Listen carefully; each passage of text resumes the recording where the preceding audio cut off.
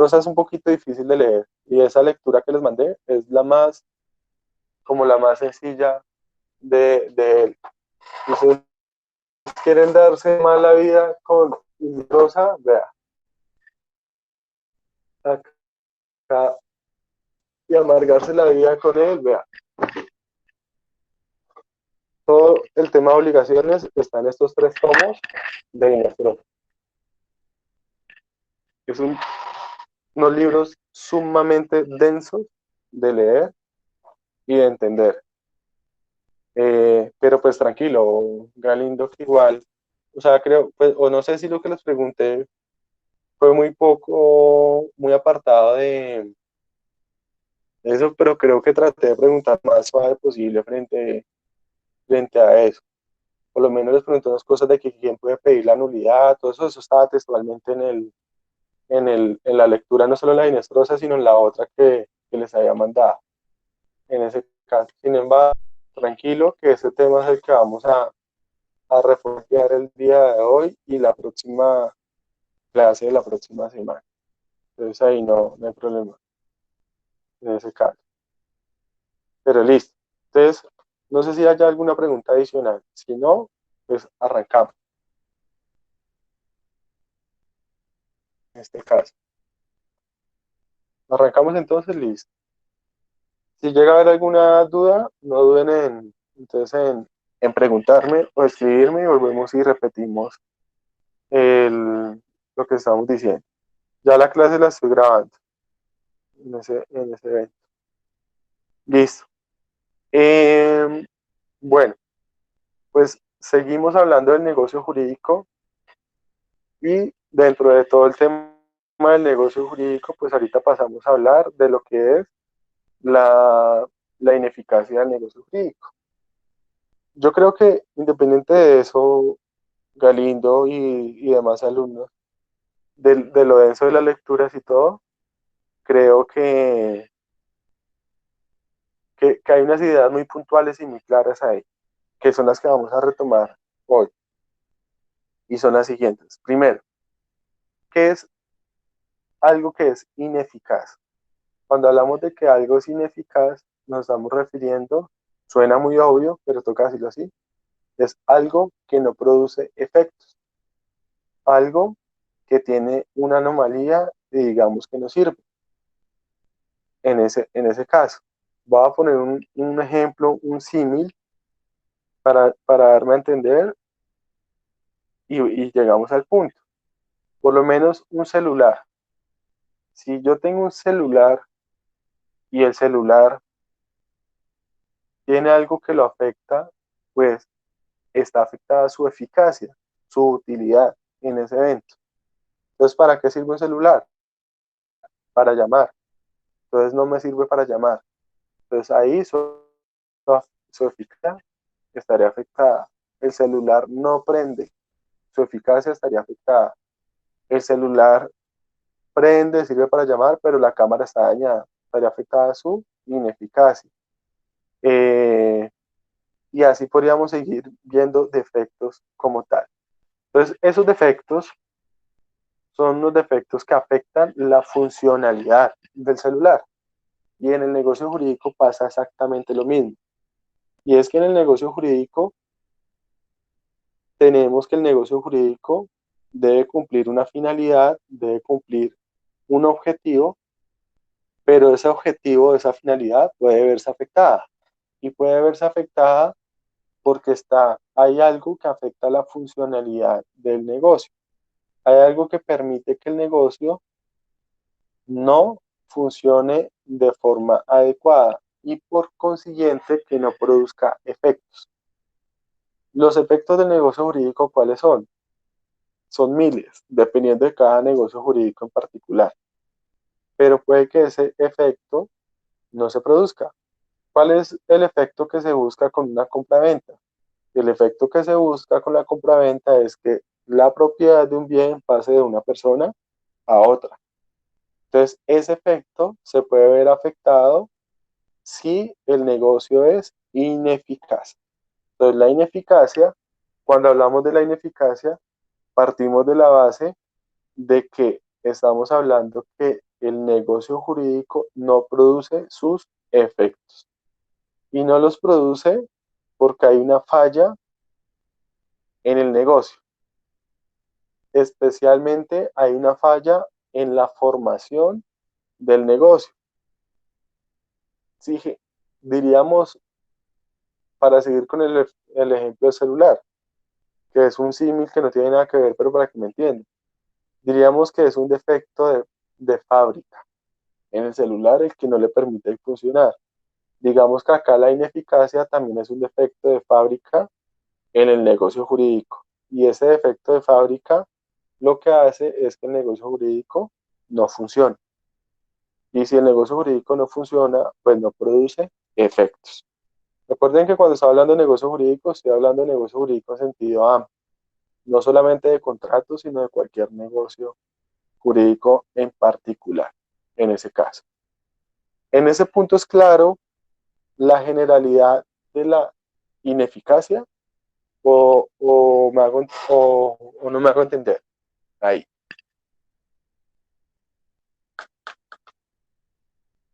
Les pregunto, ¿es claro? Sí, es claro.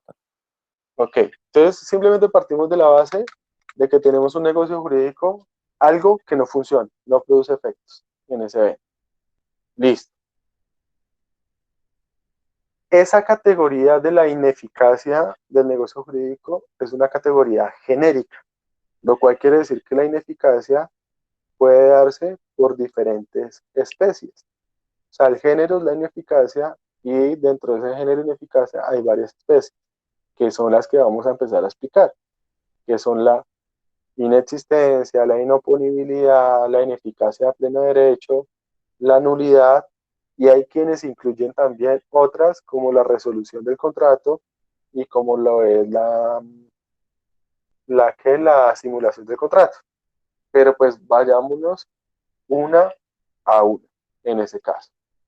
Y partamos de hablar de lo que es la inexistencia. Entonces, ¿qué es la inexistencia del negocio jurídico? La inexistencia del negocio jurídico, como su nombre lo mismo lo señala y parece muy obvio, tiene que ver o está relacionada con que el negocio no existe, no hay nada. Y si no hay negocio, pues mucho menos va a tener efectos algo que no existe en el mundo jurídico. Entonces, cuando hablamos de inexistencia, la inexistencia del negocio jurídico está relacionada con una situación, de hecho, que dentro de un negocio que estaba proyectado hace que éste no nazca la vida jurídica. O sea, partimos de la base que teníamos proyectado algo, pero ese algo realmente no nació a la vida jurídica, nació en el mundo jurídico. Y si no nace en el mundo jurídico, no tiene ninguna eficacia en ese caso. Esto, esa inexistencia del negocio jurídico se da por muchas situaciones. Ya las vamos a ir viendo una a una. Pero ¿por qué es la importancia de esto? Porque puede que existan casos en los que yo estoy pensando que algo ocurre y esa situación no está ocurriendo. O está ocurriendo para mí, pero no está ocurriendo para el mundo jurídico, para el derecho. Y si no está ocurriendo para el mundo jurídico, para el derecho, pues simplemente no existe. Y si no existe, pues lo siento mucho. Es como, es como cuando, volviendo al caso del celular, a mí me dan un celular, pero digamos que ese celular no es un celular, sino es un dummy, pues realmente no hay celular, es inexistente el celular en ese evento. Acá pasa lo mismo. Cuando yo creo que compré, pero realmente nunca hubo compra. O sea, realmente nunca hubo negocio. Y si nunca hubo negocio y si nunca hubo compra, pues simplemente eh, el negocio es inexistente en ese caso. A Doctor, ver, una pregunta. señor, En este tema de inexistencia, no recuerdo si era Inestrosa o en las otras guías hablaban que en algunos casos el negocio era inexistente, pero tenía efectos jurídicos, el cual no lo convertía en el negocio que ellos querían, sino en otro tipo de negocios, pero sí con efectos jurídicos. No sé si entendí mal Sí, sí, o está qué. bien, es correcto. Ya vamos para allá, porque ojo, vuelvo al ejemplo del celular de ahorita, que es un ejemplo totalmente apartado de lo que estamos hablando, pero para que me entiendan. ¿Saben qué es un dummy? O sea, lo que uno ve en una vitrina de venta de celulares, que uno ve el celular ahí, pero realmente no es un celular, sino es como un juguete. Entonces puede que si usted tiene el dummy, no tiene un celular, pero tiene algo. Entonces acá pasa lo mismo. Puede que sea inexistente ese negocio como compra-venta, pero puede que sea existente como otro negocio y frente a ese otro negocio sí produzca efectos en ese caso. Entonces ahí la situación. Puede que no sea lo uno, pero sí puede que sea otra cosa en ese caso. Entonces ahí el fenómeno es a lo que usted va, pero ya lo vamos a puntualizar en ese caso. Entonces la inexistencia, o sea, partamos de la base es que algo no existe en el mundo jurídico. Puede que exista en el mundo real, pero acuérdense que lo que existe en el mundo real no siempre tiene efecto jurídico. Entonces acá lo que estamos hablando es de efecto jurídico. Entonces puede que exista en el mundo real, pero no exista para el derecho y pueda terminar siendo netamente algo que es un acto simple, no un acto jurídico. Si recordemos los actos simples, etcétera, etcétera. Eh, ¿Cuándo se da la inexistencia? Entonces vamos a ir a las causales de inexistencia, que son 5 causales de inexistencia. ¿Cuál es la primera causal de inexistencia? La inexistencia se da cuando falta algún elemento esencial o de la estructura del negocio jurídico. Entonces, ahí nos remitimos, por ejemplo, en materia de contratos, a lo que son los elementos de la esencia, acuérdense, elementos de la esencia, la naturaleza y demás. Y ahí va la regla que decía Galindo. Entonces, ¿qué es lo que sucede? Cuando en el negocio jurídico hace falta algún elemento de la esencia, el negocio jurídico no existe. O lo que podemos tener es que no existe como ese negocio, pero degenera en otro negocio, o sea, termina siendo otra cosa en ese caso. Es algo diferente, pero no es el negocio jurídico del que estamos hablando. Entonces, el ejemplo más claro es la compra-venta. Entonces, se supone que los elementos de la esencia de la compra-venta, ¿cuáles son? El precio y la cosa. Si no están esos dos elementos, no hay compra-venta, es inexistente. Puede que haya otro tipo de contrato, otro tipo de negocio jurídico, otro tipo de acto jurídico, pero no es compraventa en ese caso. Entonces, les pongo el ejemplo. Si yo le digo a Walter, por ejemplo, le digo, Walter, le vendo mi carro. Y Walter me dice, se lo compro. Entonces alguien diría, ¿ahí hay negocio o no hay negocio jurídico? La respuesta es que no hay negocio jurídico. El negocio es inexistente. Ah, pero es que yo los vi negociar y yo los vi que él dijo, le vendo y el otro dijo, listo, le compro. Hubo oferta y hubo aceptación. Sí, pero no hay negocio. ¿Por qué? Porque dentro del negocio no estuvo presente un elemento esencial y era que hubiéramos acordado cuál era el precio. Entonces yo le dije, le vendo mi carro, el otro me dijo, se lo compro, pero nunca dijimos en cuánto se lo vendía. Eso hace que el negocio sea totalmente inexistente en ese caso. O al revés, que yo le diga a Walter, le vendo en 10 millones, y Walter me diga, listo, le compro en 10 millones, pero no digamos que le estoy vendiendo ni que me está comprando. Entonces, ahí hace falta un elemento esencial que es la cosa. Y si hace falta ese elemento esencial dentro de la negociación, simplemente no hay contrato, no hay negocio jurídico. No sé si me haga entender. Por eso el tema que vimos antes de este fue todo el tema de la formación del contrato, con la finalidad de, de poder tener claro cómo se va moldeando la estructura del negocio jurídico. Y dentro de eso debe estar claro los elementos esenciales, es decir, que yo me ponga de acuerdo en esos elementos mínimos que representan a ese negocio para que sea ese negocio y no sea otro. ¿Cuáles son los elementos esenciales en un arrendamiento? Ponerme de acuerdo en el precio y en la cosa. Digamos, si vamos a estar en un comodato, ¿qué pasaría en el comodato? Si yo le digo, Manuela, le presto, y Manuela me dice, sí, présteme, pero no le digo que le estoy prestando, pues no hay contrato. El contrato es totalmente inexistente, porque uno de los elementos esenciales es ponerme de acuerdo en qué es lo que voy a prestar. Y segundo, ponerme de acuerdo en que eso es gratuito, que eso no es oneroso en ese caso. Entonces, esa es la situación en ese evento. ¿Es claro hasta ese punto ahí? Bueno,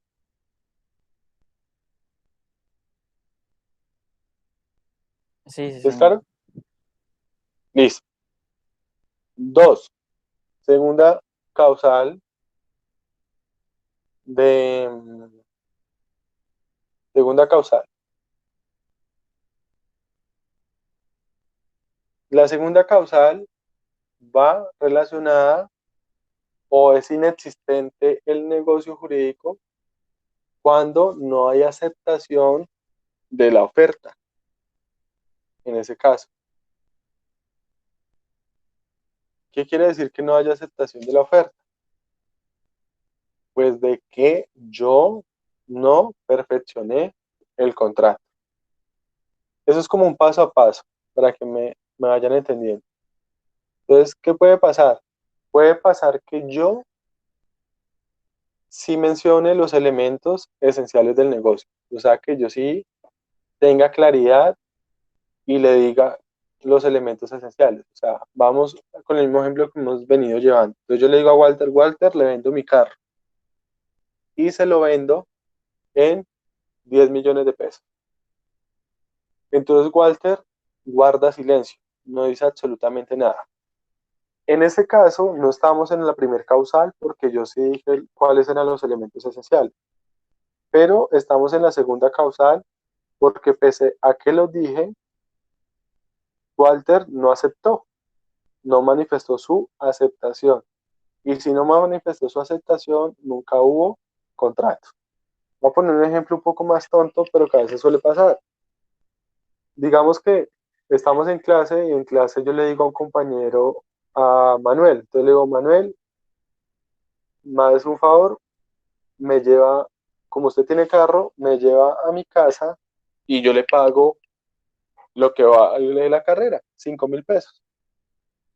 Ahí dice mi oferta, tiene los elementos esenciales del contrato de transporte, el valor del transporte y hacia dónde quiero que me lleve y cómo quiero que me lleve. Pero Manuel no me dice nada, ni me dice sí, ni me dice no.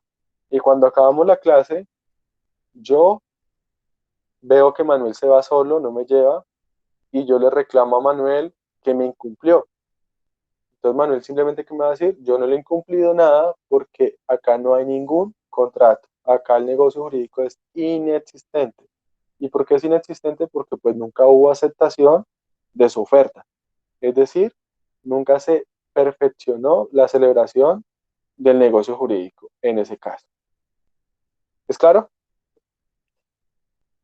Causal 2.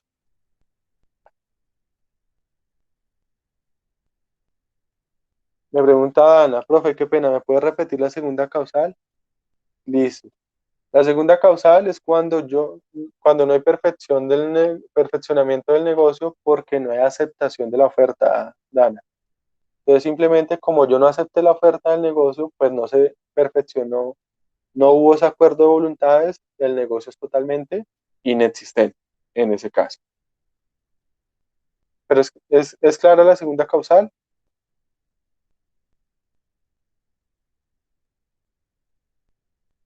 Sí, señor. Ok, listo. Tercera causal. La tercera causal va relacionado a los casos donde no se cumple con la solemnidad o formalidad que exige la ley para que ese negocio nazca al mundo jurídico. Ojo, en esta tercera causal, ¿qué sucede? Yo incluyo los elementos esenciales del negocio y hay aceptación, pero la ley me exige una formalidad, una solemnidad y no cumplo con esa formalidad, con esa solemnidad, lo cual hace que inmediatamente el negocio sea inexistente. Me explico con 3 ejemplos. Primer ejemplo,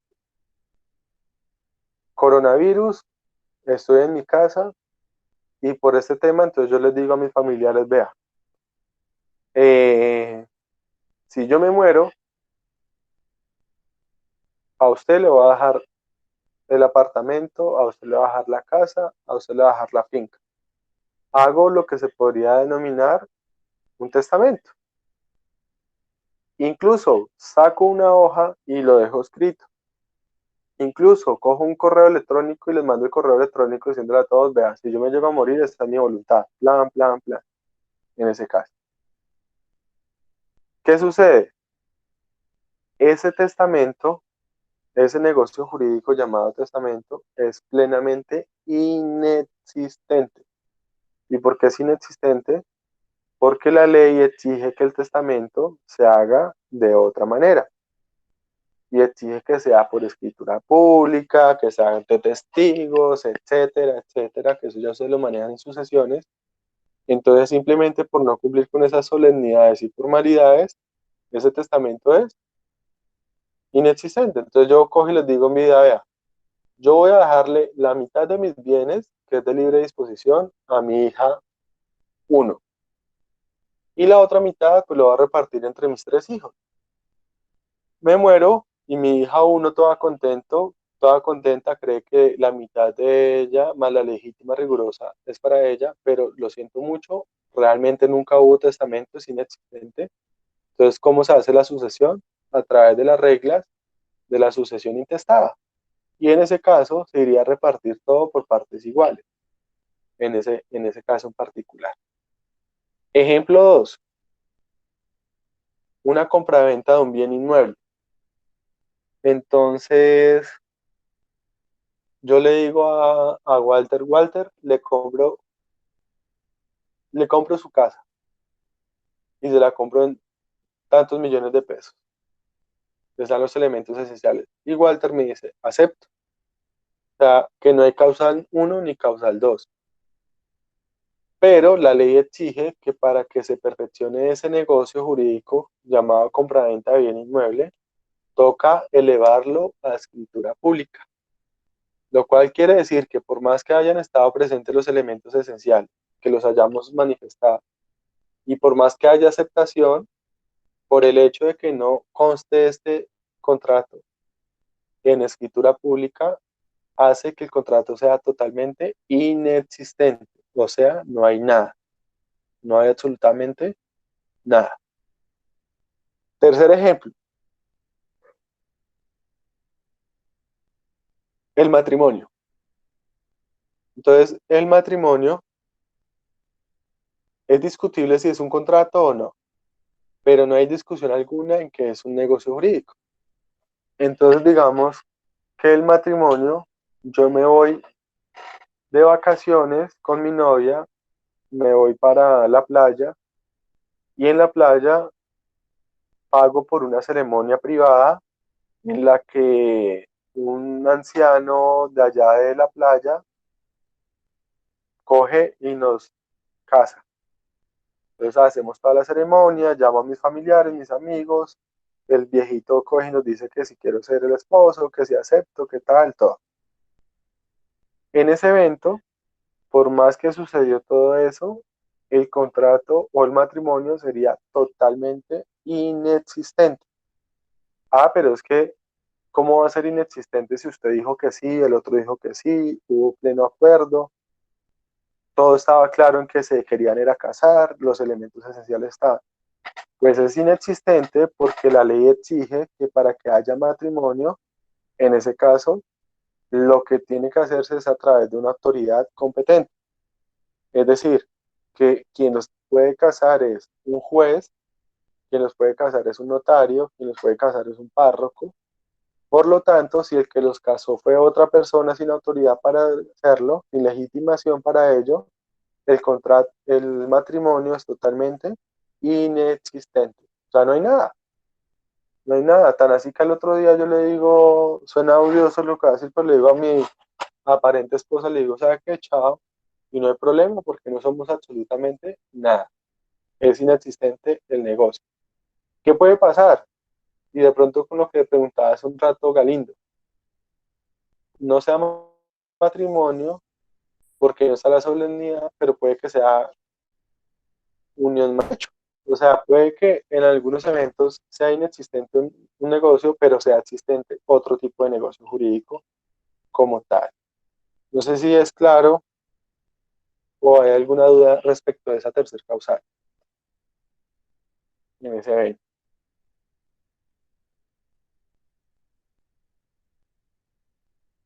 Profe, yo tengo una ¿Está? pregunta. Profe, ¿Cuál? profe, ¿Cuál es la pregunta? profe, la pregunta es, digamos, en una promesa de compraventa, si no cumple con la formalidad, ¿esa sería inexistente? Si no se autentica. ¿Qué es lo que pasa? ¿Qué es lo que pasa? La promesa de compraventa tiene una particularidad y es que si estamos hablando de promesa en materia comercial, no es solemne, es consensual, excepto la promesa relacionada con los temas societarios. Pero si estamos hablando de promesa en materia civil, la promesa en materia civil es netamente solemne, tiene que constar por escrito. Entonces, si yo le digo a usted, le prometo venderle mi casa, y usted me dice, le prometo comprársela en tanto valor y eso, y hay aceptación y todo, el contrato es inexistente. ¿Por qué? Porque la norma establece que la promesa de venta tiene que constar por escrito. Ojo, no dice que tenga que constar por escritura pública, sino por escrito. O sea, puede ser por documento privado en ese caso. Entonces, en ese evento, si no se cumple con esa solemnidad, pues hace que la promesa sea totalmente existente. ¿Es claro? Johan. Sí, profe, o sea, solamente es el hecho de firmarla ya, que conste en un documento, por decirlo así, no hay necesidad de Sí, autenticarlo ni nada. que conste por escrito. Mira que les voy a mostrar acá. No sé si están viendo la presentación que estoy mostrando como el código. Entonces mire el artículo 1611.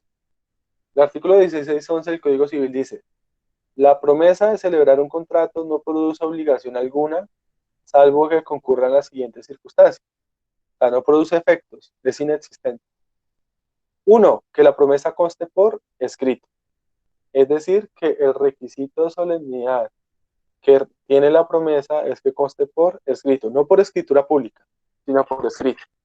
Entonces puede que yo lo llame y le diga, vea, le prometo que si que después de la pandemia le vendo mi carro en tanto valor. Usted me dice, listo, acepto su oferta de promesa. Y si no lo dejamos por escrito, simplemente es inexistente. Así lo pudiera demostrar de otra forma, porque la norma me exige que tenga que constar por escrito, en ese caso, en ese evento. Además hay que aclarar una cosa, la promesa es un contrato independiente del contrato que se promete celebrar. Entonces simplemente, si no lo dejamos que conste por escrito, el contrato es netamente de promesa es inexistente. La inexistencia obliga a mirar cada caso en concreto, porque no todos los casos son iguales en ese evento. ¿Es claro, Johan? Sí, ¿Sí? profe, muchas Listo. gracias. Iba para la cuarta causal. Entonces, la cuarta causal de la inexistencia es cuando hay carencia de objeto en el negocio jurídico. ¿Y qué quiere decir que haya carencia de objeto?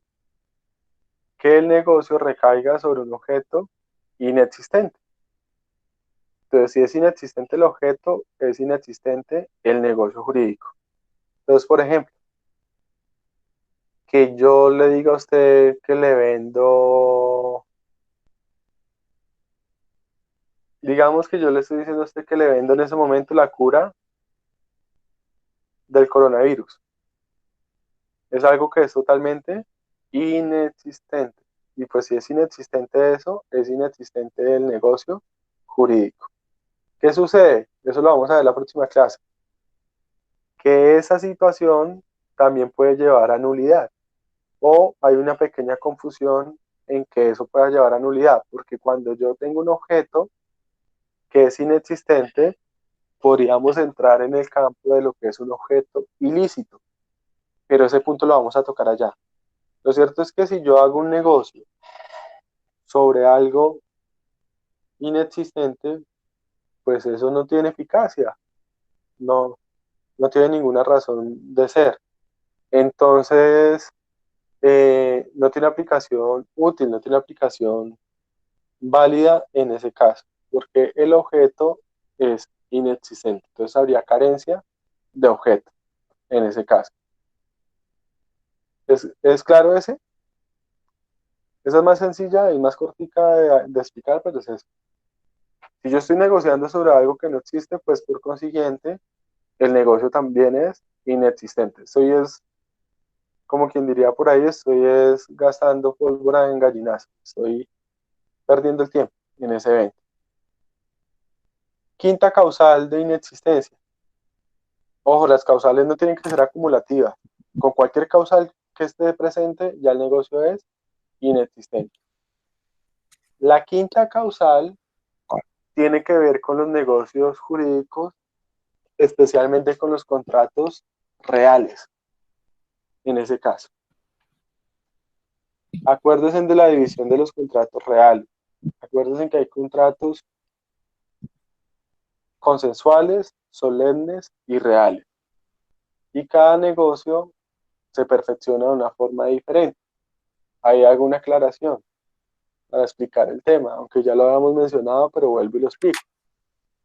¿Cuál es la situación en particular?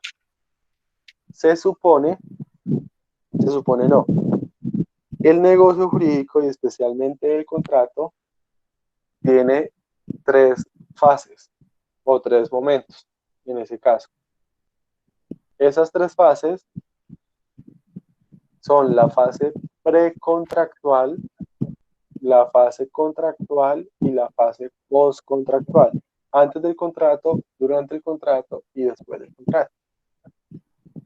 Lo cual quiere decir que el contrato lo podemos mirar desde varias perspectivas. Lo podemos mirar en su génesis, o sea, en su origen, en su nacimiento, o lo podemos mirar en su parte funcional, que es en su ejecución, cuando se van a ejecutar las obligaciones que nacieron del contrato. Les pongo un ejemplo con la compraventa. Pues la compraventa tiene un momento en que el contrato nace, se celebra, pero tiene un momento posterior en el que se cumplen las obligaciones que nacen del contrato. Entonces yo puedo decirle hoy a Galindo, Galindo, le compro su celular en 100.000 pesos. Y Galindo está de acuerdo. Pero el pago del celular y la entrega del celular puede que queden postergadas en el futuro, en el tiempo. No se hagan de una vez. Puede que en un mismo momento confluya todo, pero puede que no, en ese caso. Entonces, ahí en ese evento hay que distinguir esos dos momentos. ¿Por qué hago esa aclaración? Porque eso está directamente relacionado con lo que son los contratos consensuales, solemnes y reales. ¿Cuáles son los contratos consensuales? Aquellos que su nacimiento solamente exige un acuerdo de voluntades. O sea, para que exista el negocio, Solamente se requiere un acuerdo de voluntad. Por eso, la inexistencia de un contrato consensual generalmente se da o por la causal 1 o por la causal 2. O sea, se da porque o no se reúnen los elementos esenciales o se da porque no haya aceptación de la oferta en los contratos consensuales.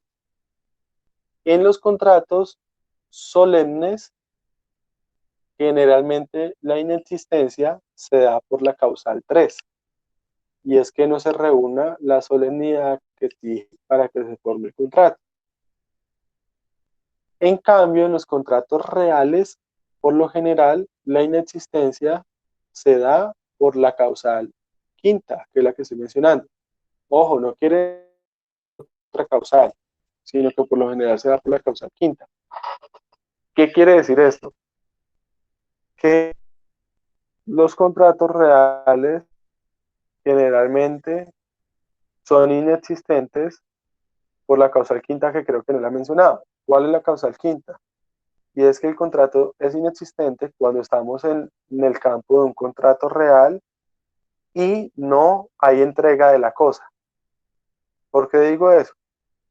Porque es que acuérdense que los contratos reales son aquellos que solamente se perfeccionan o se entienden celebrados cuando hay entrega de la cosa. Ojo, no me estoy refiriendo a la entrega de la cosa, obligación que nació en un contrato, sino a la entrega de la cosa para que ese contrato inicie. ¿Cuáles son los contratos reales por excelencia? Son 4, que son el comodato, el mutuo, la anticresis y el contrato de depósito. Son contratos que solamente se perfeccionan si yo entrego la cosa objeto del contrato. Es decir, que si nunca la entrego, nunca va a haber contrato, el contrato es inexistente. Eso es diferente a aquellos contratos en los cuales durante su etapa de ejecución o su etapa funcional nazcan obligaciones de dar y yo tenga que cumplir con una obligación de dar, como por ejemplo en la compraventa. En la compraventa hay obligaciones de dar, en el arrendamiento hay obligaciones de dar, pero esa obligación de dar no es vista para perfeccionar y celebrar el contrato, sino es vista dentro de la etapa o fase de ejecución del contrato. Por esa razón, hago la aclaración para decir que esta quinta causal es de solamente de los contratos reales, que ya los mencioné, que son 4: comodato, mutuo, depósito y contrato. 5, contrato de prenda también es real y contrato de anticresis, en los cuales no hay contrato sino hay entrega de la cosa. Entonces, digamos, si yo le digo a Galindo, Galindo, le presto mi carro, se lo presto por un mes, y Galindo me dice, listo, lo acepto. No hay causal 1 porque los elementos esenciales están claros. ¿Cuáles son los elementos esenciales? Señalar que lo que le voy a prestar y la intención de que es gratuito. 2, hay aceptación de la oferta. 3, no necesitamos ninguna solemnidad porque no es un contrato solemne. 4, el objeto existe, no hay carencia de objeto. Pero 5, yo nunca le entrego el carro. Entonces, si nunca le entrego el carro, pues nunca hay negocio, el negocio es inexistente en ese caso.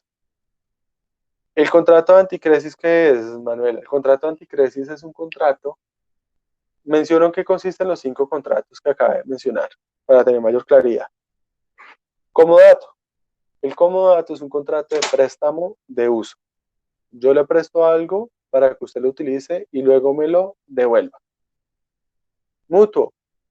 Yo le presto algo para que usted lo consuma y luego me lo devuelva. Depósito. Yo le doy a usted algo para que lo cuide y luego me lo entregue. Prenda. Yo le entrego a usted algo como garantía del cumplimiento de otra obligación. Un bien mueble. Y quinto, anticresis. La anticresis se da en materia civil cuando yo tengo una creencia, o sea, tengo una deuda, no tengo con qué pagar entonces le entrego a mi acreedor un predio con la finalidad de que él ese predio lo explote económicamente y con los frutos obtenidos se pague la deuda. Y luego de que se pague la deuda, me lo devuelva, en ese caso. O sea, yo no le entrego al acreedor el bien para que se quede con él, sino que se lo entrego para que lo use, para que obtenga ganancias económicas, se pague la deuda y luego me lo restituya. Eso es un anticrédito. Entonces, todo este tipo de contratos solamente se perfeccionan con la entrega del bien. Si no hay entrega del bien, el contrato es perfectamente inexistente. El contrato no existe. Entonces, le dije a mi acreedor, vea, yo no tengo con qué pagarle. Si quiere, le doy mi finca para que en un mes usted la explote económicamente y se pague y me la devuelva. Listo. Pero si nunca se la entrego, pues nunca va a haber negocio en ese caso. Por allá hay una jurisprudencia, creo que de un tribunal de Manizales, donde habla de que el mutuo no es real, sobre todo el mutuo mercantil, sino que es consensual. Esa discusión,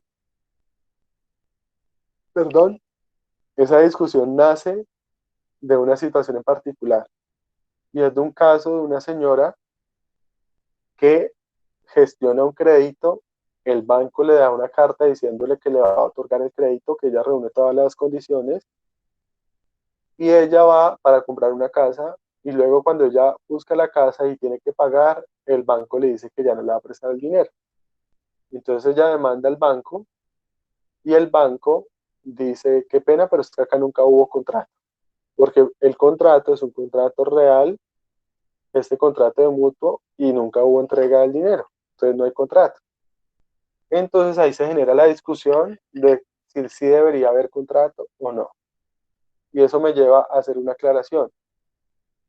Puede que el contrato sea inexistente, pero eso no quiere decir que yo tenga cerrada la puerta para de pronto solicitar el pago de los perjuicios que se me hayan causado, así no haya contrato en ese evento. Eso ya lo voy a explicar ahorita en un momento de una forma mucho más amplia.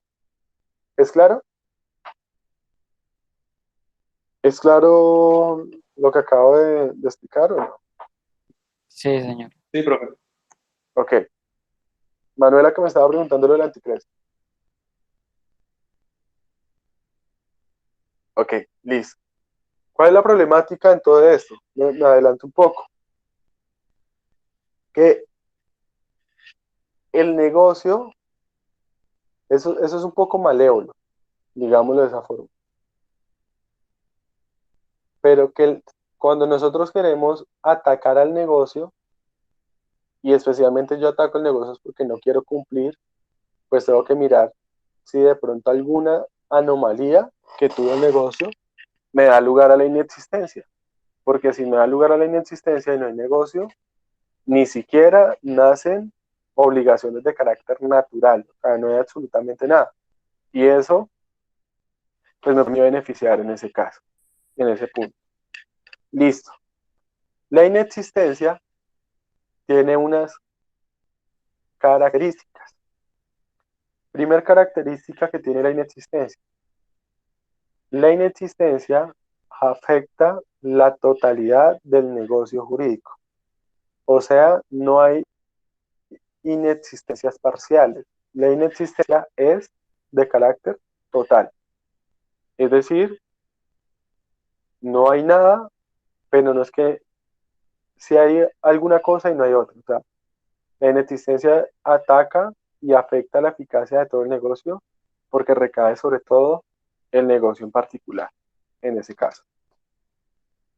Dos, segunda característica, la inexistencia no necesita, no requiere declaración judicial.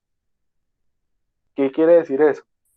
Que yo no tengo que acudir ante un juez a demandar para que el juez me declare que hay inexistencia.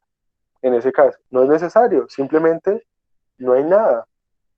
O sea, yo no tengo que ir ante el juez para que el juez me diga que lo que yo celebré en la playa con mis amigos no fue un matrimonio, sino que simplemente no hay matrimonio. O sea, no es que yo demande para que se declare la inexistencia del negocio, simplemente pues porque no hay nada. Pero ahí yo voy a hacer una aclaración. Entonces les hago una pregunta. ¿Ustedes ya vieron en procesal lo que son las excepciones previas, las excepciones de mérito?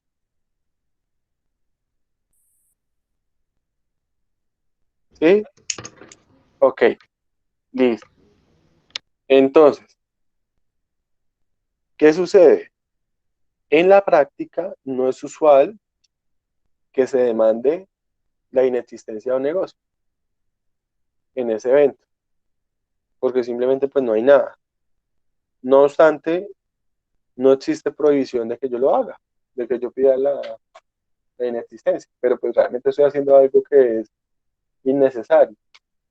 Sin embargo, si es usual o puede ser totalmente necesario que yo alegue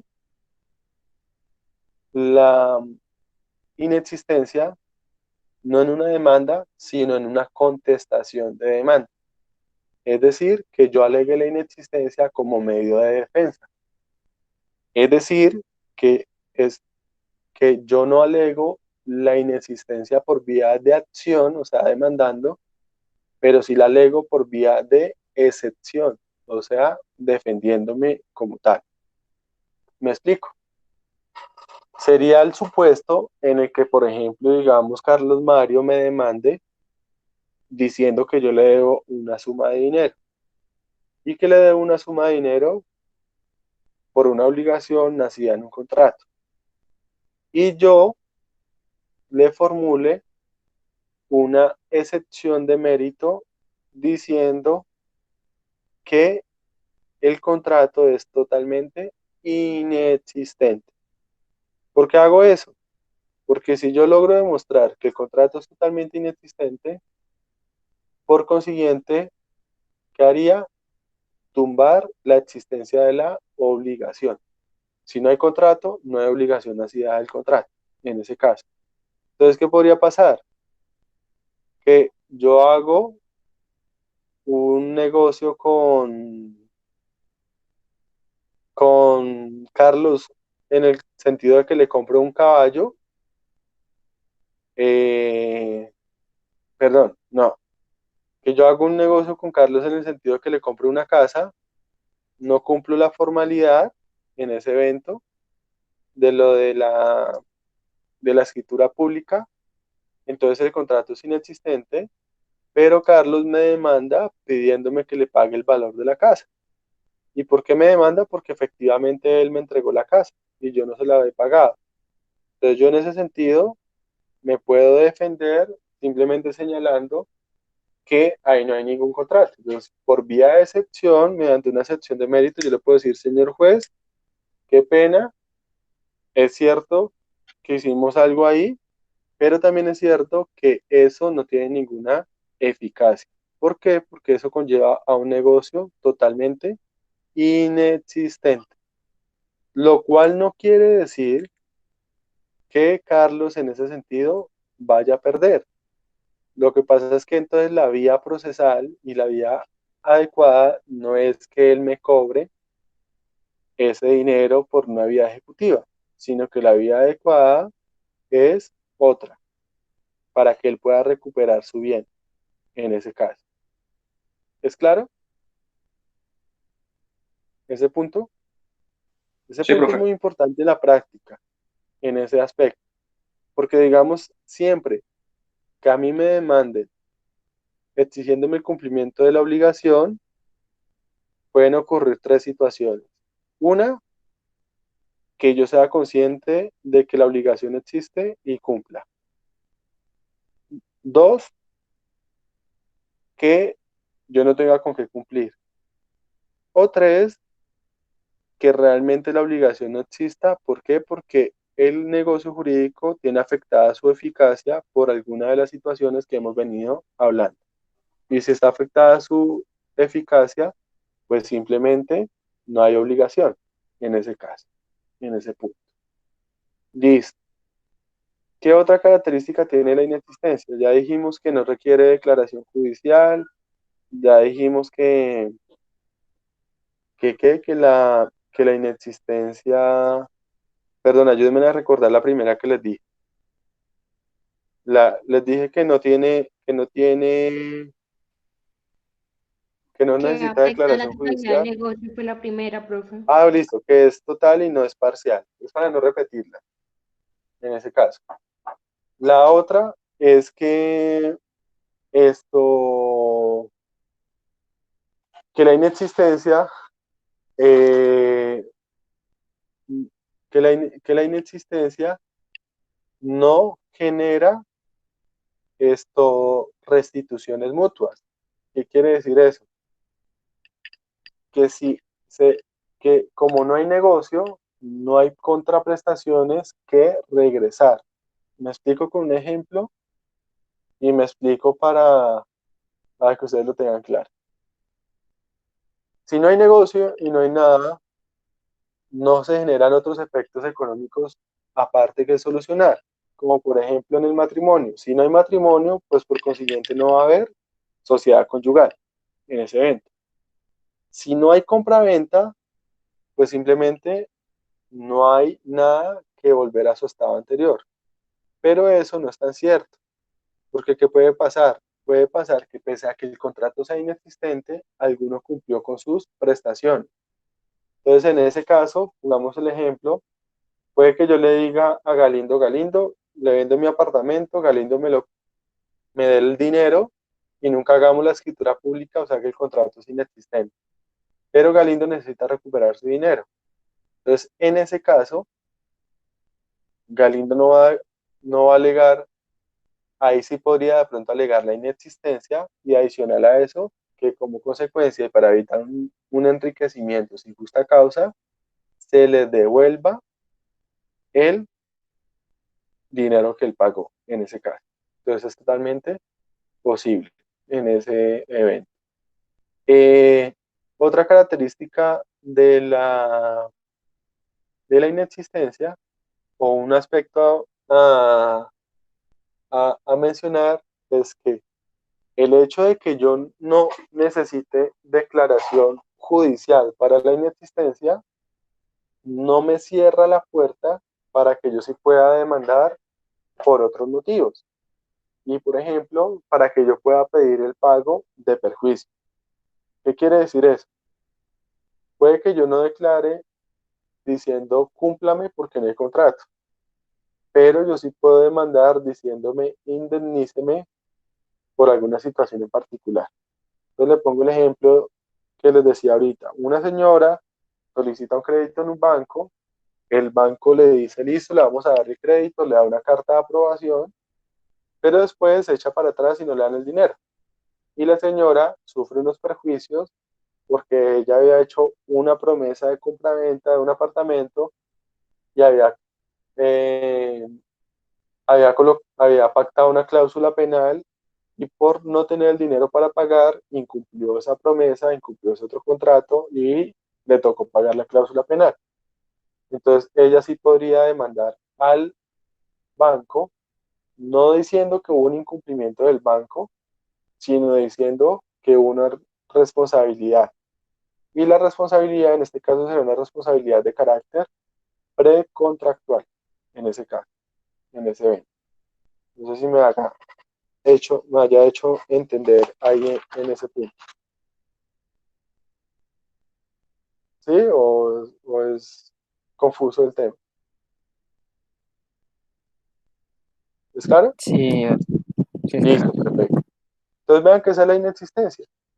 Por eso también al momento de demandar, uno tiene que tener muy claro cuál es el camino que va a recorrer. Si se va a ir por inexistencia o si se va a ir por un camino diferente a la inexistencia. Porque muchas veces uno en un proceso tiene una sola bala y esa sola bala si la gasta inadecuadamente, pues agota la oportunidad de acudir a otra vía judicial. A no ser que uno acuda a una herramienta procesal muy útil que es acumulación de pretensiones. Y es que yo en una demanda, con las formalidades que exige el Código General de Proceso, pida pretensiones principales y pretensiones subsidiarias. Entonces, diga yo, uno, que se declare la ineficacia por tal cosa. Dos, que se declare el incumplimiento. Tres, que se declare, si no hay incumplimiento, la inexistencia. Que si no hay inexistencia, se me declare el pago de perjuicio. Eso sí lo puedo hacer en un proceso, como tal. Listo. Esto, la inoponibilidad. No sé si haya alguna duda de la inexistencia en general. Está lindo que me decía de la lectura, no sé si el panorama se empieza a aclarar un poquito más ya con la explicación. Sí, sí, claro, doctor. Listo. Entonces, ahí estábamos en el campo de la inexistencia. Ahora vamos al campo de la inoponibilidad. La inoponibilidad también es otra especie de ineficacia, en ese caso. Pero ojo, primera aclaración, cuando hablamos de inoponibilidad, estamos partiendo de la base de que el contrato es existente. O sea, el contrato sí existe. O sea, la inexistencia ya quedó a un lado en ese evento. El contrato en ese momento sí existe. Ya no es objeto de discutir si existe o no existe el negocio, sino que ahora el objeto es otro. ¿Cuál es el objeto de discusión ahora? Que si pese a que el contrato o el negocio jurídico exista, este puede oponerse sus efectos a terceros o no. O sea, la discusión en ese momento es si yo puedo hacer extensibles los efectos del negocio a terceros, especialmente si los terceros tienen que respetar el negocio como tal. Eso es lo que tiene que ver con oponibilidad. Y la oponibilidad, su carácter de oponibilidad y lo que estoy mencionando, tiene su génesis o tiene su origen especialmente en la publicidad del negocio. ¿Qué quiere decir eso?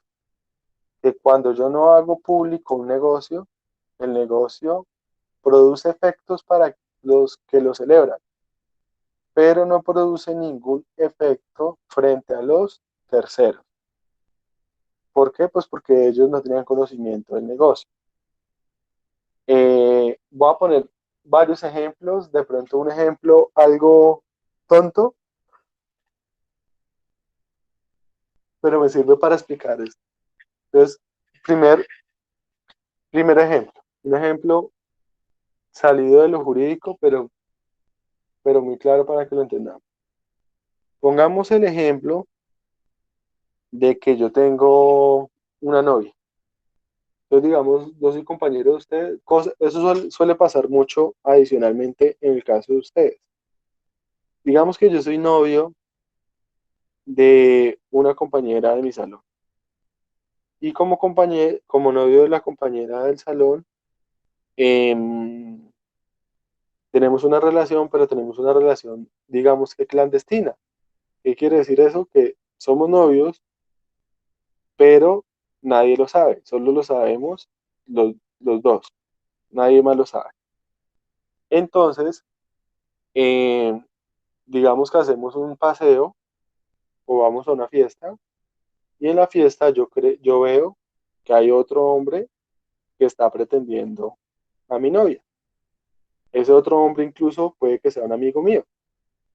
Y pues yo me molesto mucho, pues porque nadie, perdónenme la expresión, nadie le va a gustar que le lagarteen a uno la pareja, como dirían por ahí, o que otra persona le esté pretendiendo a uno la pareja. Pero ¿qué me dice mi amigo? Me dice, me da mucha pena, pero como usted no lo había hecho público y nadie lo sabía, pues ese noviazgo no era oponible. Es decir, ese noviazgo no tenía efectos frente a tercero, en ese caso. Entonces, no sé si me entienden la esencia de lo que estoy queriendo explicar. Y es que el contrato, el, el negocio jurídico tiene que hacerse público para que los demás sepan los efectos y como tal respeten los efectos. Si yo desde un principio hubiera hecho público mi noviazgo, posiblemente respetarían mi noviazgo y no habría nadie queriendo pretender otro noviazgo con la misma persona, en ese caso en particular. Es claro el ejemplo?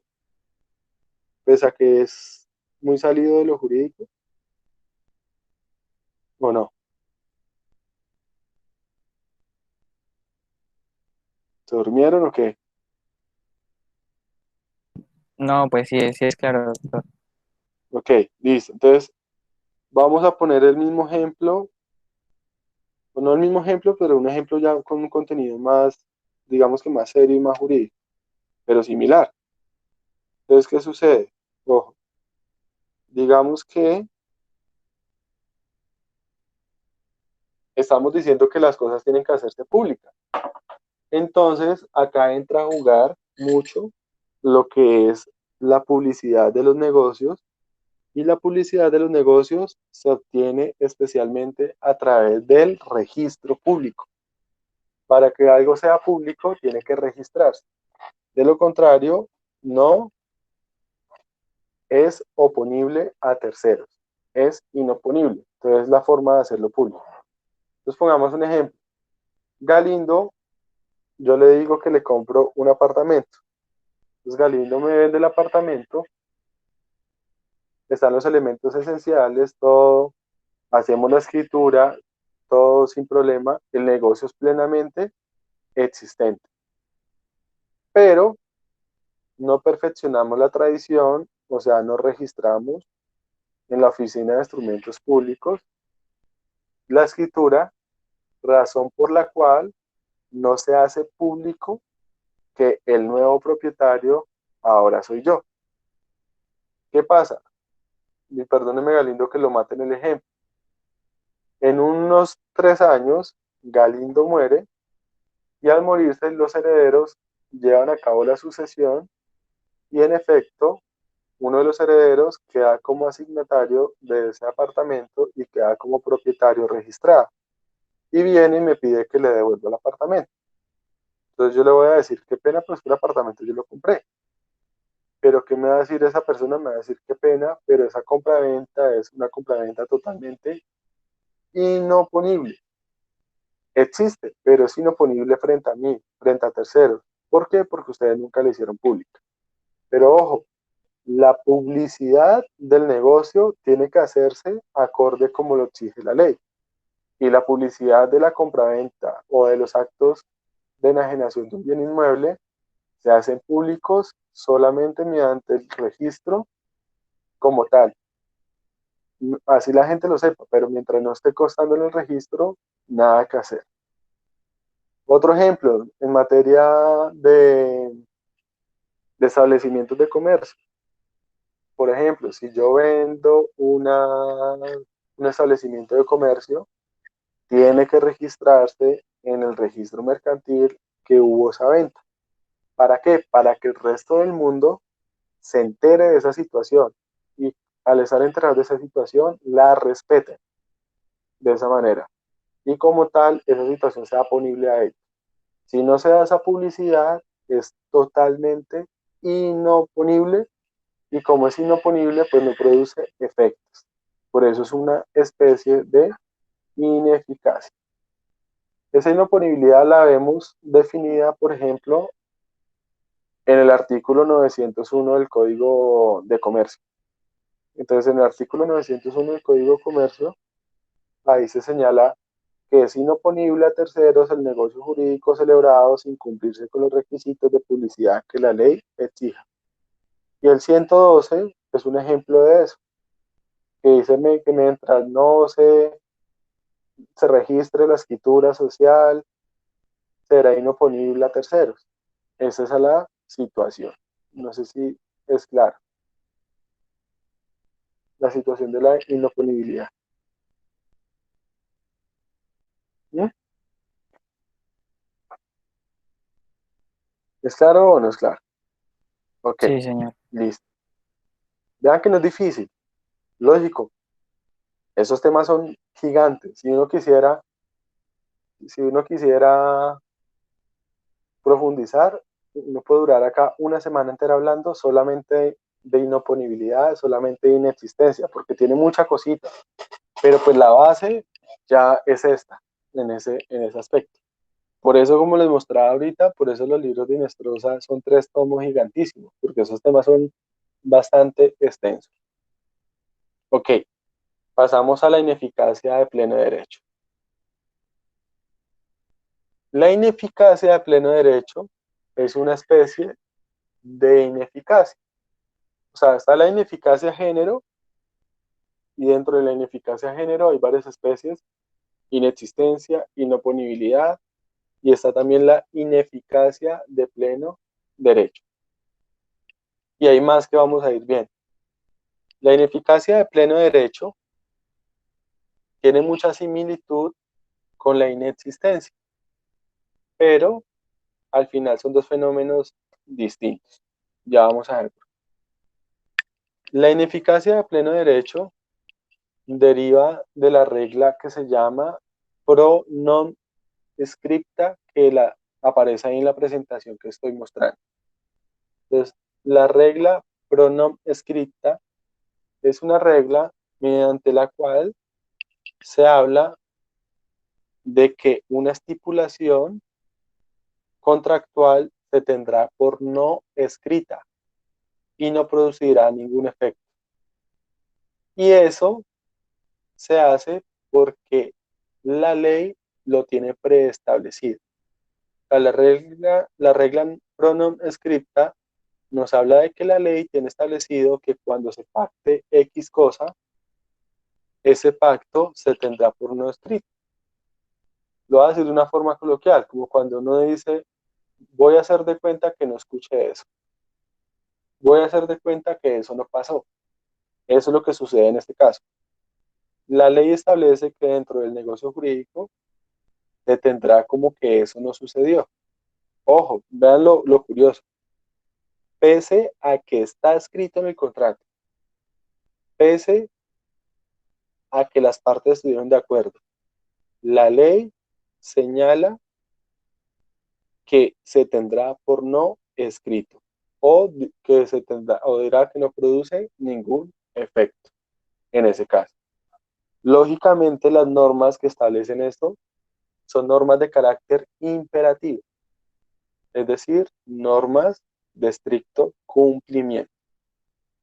Entonces, esto está en el artículo 897 del Código de Comercio, donde nos dice que cuando el código se exprese o diga que un acto no produce efectos, se entenderá que es ineficaz de pleno derecho. O sea, se tendrá como que eso no existe. ¿Cuál es la diferencia y cuál es la similitud con la inexistencia? La similitud, tanto con la inexistencia como con la inoponibilidad, es que la ineficacia de pleno derecho tampoco necesita declaración judicial. No necesito que un juez me lo diga. ¿Por qué? Porque la ley ya tiene establecido que eso se tendrá por ineficaz, por no válido, por inexistente, por que no produce efectos. O sea, la norma ya me está diciendo, eso no, olvidémonos que eso se dijo. Ahí. Entonces, no necesito pronunciamiento judicial al respecto. Pero se diferencia de la inexistencia porque la inexistencia es total, lo hemos dicho, en cambio la ineficacia es parcial. La ineficacia solamente se da, la ineficacia de pleno derecho, sobre la cláusula o el pacto en específico que recae. Es decir, que el negocio en lo demás queda sano, sigue surtiendo efectos, pero es esa cláusula la que no va a tener eficacia en ese evento en particular. Y también se distingue de la inexistencia en el sentido de que, de que la ineficacia de pleno derecho requiere que una norma lo diga que es ineficaz, o sea que es taxativa, solamente cuando la misma norma lo dice, en ese caso. Entonces, si miran la presentación, hay dos ejemplos. Entonces, el 897 me trae la regla, y el 1051 y el 670, por ejemplo, me traen unos casos de eso. Por lo menos el 1051 dice, la póliza puede ser nominativa o a la orden, es un artículo que está relacionado con el contrato de seguro, y dice, la cesión de la póliza nominativa en ningún caso produce efectos contra el asegurador. Ta, ta, ta. ¿Qué quiere decir eso? Que ahí, si se hace, eso no producirá efecto alguno, porque la norma lo está diciendo ahí. Lo mismo sucede con el artículo 670, donde dice los títulos creados en contravención a lo anterior no producen efectos. O sea, la norma ya me dice que cuando se dé determinada situación, eso, apague y vámonos, eso no tiene ningún efecto. Nunca pasó como tal, pero no me afecta la totalidad del negocio en ese caso. ¿Es claro o no? Sí, profe. Una aclaración adicional. La norma, perdón, sí, la norma jurídica que establece esa regla en nuestro ordenamiento es el artículo 897 del Código de Comercio. Sin embargo, la regla pro non scripta siempre ha estado presente en nuestro Código Civil, que es mucho más anterior. Y ahí lo podemos ver en lo que estoy mostrando en la pantalla, y es que hay muchos artículos del Código Civil que dejan plasmada esa regla. Entonces, acá lo estoy mostrando, espera que no me quiere salir. Es decir, hay muchos artículos del Código Civil también que dicen tal cosa se tendrá por no escrita, tal cosa se tendrá por no producir efecto en ese caso. Entonces, pese a que el Código Civil no traiga una norma que estipula la regla de la ineficacia de pleno derecho, sí trae muchos artículos donde está inmersa la regla pro non scripta. ¿Qué ha hecho la doctrina o qué ha manifestado la doctrina? Que si estamos en el Código Civil o en un negocio civil y se aplica la regla pro non scripta, es inexistencia. Pero si estamos en el Código de Comercio, es ineficacia de pleno derecho. Pero eso es un tema ahí algo enredado, pero realmente a lo que voy es que el Código Civil también me trae algunas normas donde me dicen que algunas estipulaciones se tendrán por no escritas. Y en ese sentido, realmente es que son ineficaces. Entonces, mire, por lo menos el artículo 504 que estoy mostrando en la presentación, al final me dice, semejante condición se mirará como no escrita, de una. Artículo 830, al final dice, se mirará como no escrita. 1057, por ahí dice, se tendrán por no escritas y demás. Y van a encontrar cualquier cantidad de artículos que dicen eso o que digan que no producirá efecto. Entonces ahí es una situación que lleva a la ineficacia. Lo que digo es como decir, haré de cuenta que no escuché eso, haré de cuenta que eso no se dijo. Simplemente lo borro del contrato y no necesito una declaración judicial para que me confirmen que eso sí fue adecuado en ese caso. Ok, hasta ahí vamos claros o no. Sí, señor. Esperemos. Listo. Y para que terminemos por hoy, simplemente a modo de introducción, vamos a mencionar otra especie de ineficacia. ¿Por qué digo a modo de introducción? Porque la nulidad la vamos a desglosar la próxima clase, porque es un poquito más extensa. Y la vamos a desglosar especialmente también aclarando todo lo relacionado con la ley 1996 que revisaron ustedes para la actividad y que tiene que ver con todo ese cambio de paradigma frente a la capacidad. Entonces, ¿cuál es la situación? ¿Qué es la nulidad? Pues la nulidad es otra especie de ineficacia. ¿Qué características tiene la nulidad?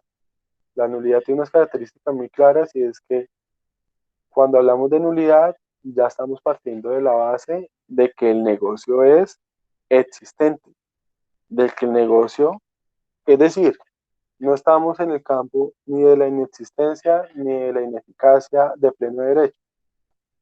Ya eso existe y eso es aplicable. Pero estamos en un escenario donde hay un síndrome patológico, por decirlo así, del contrato o del negocio jurídico que hace que este pierda efectos, perdón. Sin embargo, ¿cuál es la gran diferencia de la nulidad con todas las que hemos mencionado? Y es que la nulidad sí requiere declaración judicial. Es decir, que tiene que ser un juez el que diga que el negocio o el contrato es nulo. De lo contrario, no hay nulidad. De lo contrario, el contrato es plenamente válido mientras no se declare la nulidad. Y si el contrato es plenamente válido, ¿qué es lo que sucede? Pues se entiende que produce todos sus efectos. Es decir, la nulidad contractual ataca la validez del contrato, no la existencia, la validez del contrato, en ese caso. Entonces, si el contrato es válido, estaríamos afectándolo con la nulidad. Entonces, les voy a poner un ejemplo relacionado con lo que veníamos hablando. El celular es existente, funciona, no hay ningún problema, pero tiene un carácter inválido y es que de pronto se adquirió de una forma ilegal. Entonces, en ese sentido, puede que pierda eficacia mi derecho sobre el celular. Eso es algo totalmente alejado de lo que estoy diciendo, pero para darme a entender. Pasa lo mismo acá. Puede que exista el contrato, puede que esté produciendo sus efectos. Es más, puede que se hayan cumplido ya sus obligaciones, pero pese a que ya se cumplieron sus obligaciones y demás, la validez del contrato está en duda. Y hay una situación patológica que lo está afectando. Por eso es que a veces uno señala que cuando estamos hablando de la nulidad de un contrato, estamos hablando de un contrato que está enfermo. ¿Qué quiere decir que el contrato está enfermo? Pues de que tiene algo que lo afecta internamente y que si no se cuida, el contrato se va a morir. O sea, la nulidad finalmente lo que hace es matar o aniquilar los efectos del contrato, en ese caso. Y el hecho de que los aniquile, pues es una situación muy adversa en un contrato. Por eso la nulidad en un contrato es demasiado grave y es algo que no se quisiera llegar en ningún evento. Pero mientras no se declare judicialmente, el contrato es válido. O sea, yo recuerdo algún profesor que decía que el contrato puede vivir toda su vida enfermo, ir enfermito, pero mientras esa enfermedad no se active y no lo aniquile, el contrato va a ser válido. ¿Cómo se activa esa enfermedad y cómo lo aniquila? Demandando y obteniendo la declaración judicial de la nulidad, en ese caso en particular. Esto, entonces, hay varias connotaciones. Tenemos un contrato existente, pero que tiene algo un vicio interno que lo está afectando, sin embargo sigue produciendo sus efectos, y en caso de que sea demandado y se declare judicialmente la nulidad, ese contrato muere. ¿Qué es lo que va a pasar en caso de que ya se hayan cumplido las obligaciones? Lo vamos a hablar en la próxima clase. No obstante, puede que esa enfermedad o esa patología, ese tema patológico del contrato se cure. Y es que la nulidad se puede sanear. Y la nulidad se puede sanear, como también lo vamos a mencionar la próxima clase. Entonces la nulidad puede ser saneada especialmente por una forma muy particular, que en caso de que se dé esa situación, el contrato ahí sí que queda curado del todo. ¿Cuál sería esa situación que lo sanearía y que haría que el contrato quede curado y que la nulidad nunca sea posible? ¿Cuál creen ustedes que puede llegar a ser? Es un fenómeno que aplica tanto en materia de bienes como en materia de obligaciones, pero con unos efectos diferentes.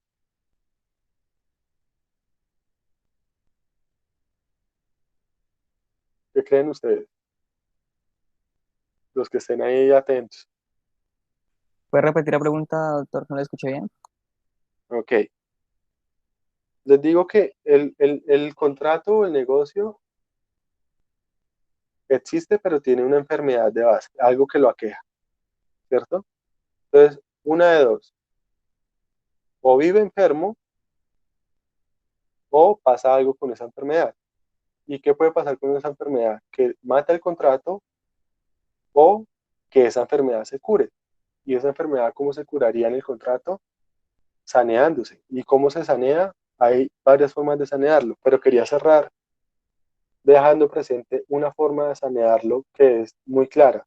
¿Y sería cuál?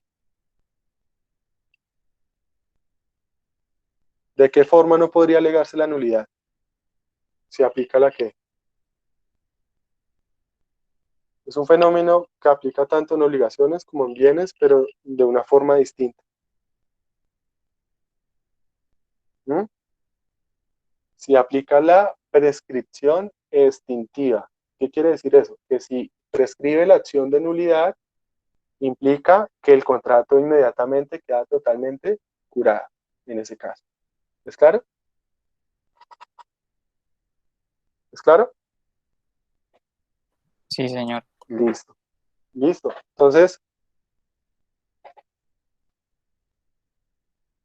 Entonces, yo creo que podemos dejar ahí, porque o sea, dejo como abierta la nulidad para diferenciarla de las otras tres y ya la próxima clase entramos a desglosar toda la nulidad.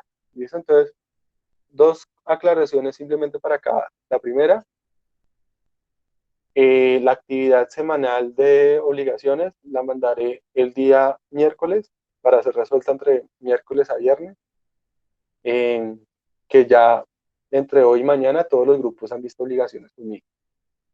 Y adicional a eso, para la semana siguiente solamente voy a mandar una lecturita, nada más. ¿Listo? Porque igual vamos a seguir tratando temas que están en las lecturas que ya estaban manejando. Y listo, entonces dejamos ahí. Muchísimas gracias. Sea feliz inicio de semana y feliz tarde. Bueno, igualmente, doctor. Gracias. Gracias, profe.